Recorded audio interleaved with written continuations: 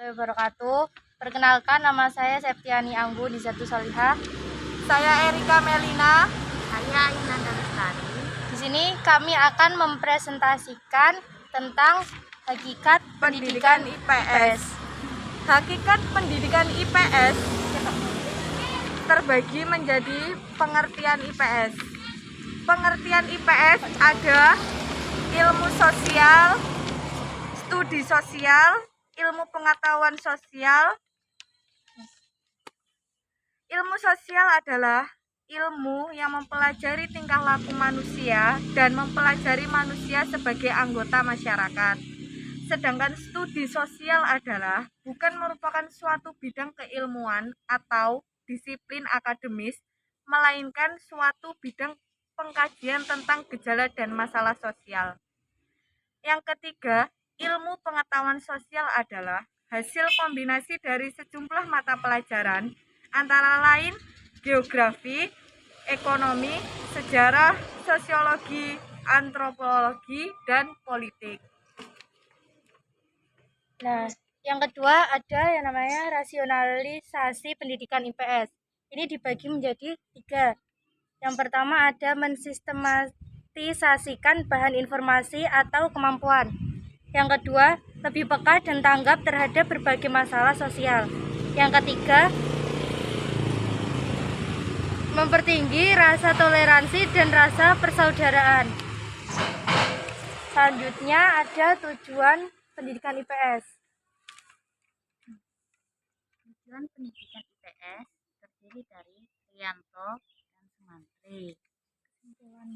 Kesimpulan dari tujuan pendidikan IPS adalah menjadikan siswa sebagai warga negara yang baik, mengembangkan potensi peserta didik agar peka terhadap permasalahan sosial di masyarakat.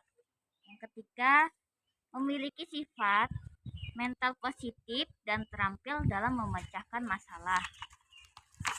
Lalu selanjutnya ada sejarah perkembangan IPS yang terdiri dari latar belakang sosiologis, latar belakang pedagogis, dan perkembangan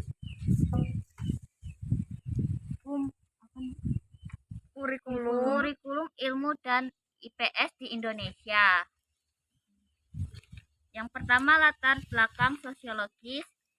IPS hadir sebagai respon terhadap kondisi masyarakat yang mengalami ketidakstabilan akibat perubahan-perubahan sosial tertentu. Selanjutnya, latar belakang pedagogisis, yaitu IPS dikembangkan dalam rangka mengatasi pembelajaran ilmu sosial yang belum menyentuh kehidupan real peserta didik, serta akibat sifat keilmiahannya. Terus yang selanjutnya adalah perkembangan Kurikulum pendidikan ilmu sosial dan IPS di Indonesia terbagi menjadi 9, yaitu pendidikan IPS pada tahun 1945 sampai 1964, pendidikan IPS pada dalam kurikulum 1964 sampai 1968, pendidikan IPS dalam kurikulum 1975 sampai dengan pendidikan IPS pada tahun 2013. Ruang lingkup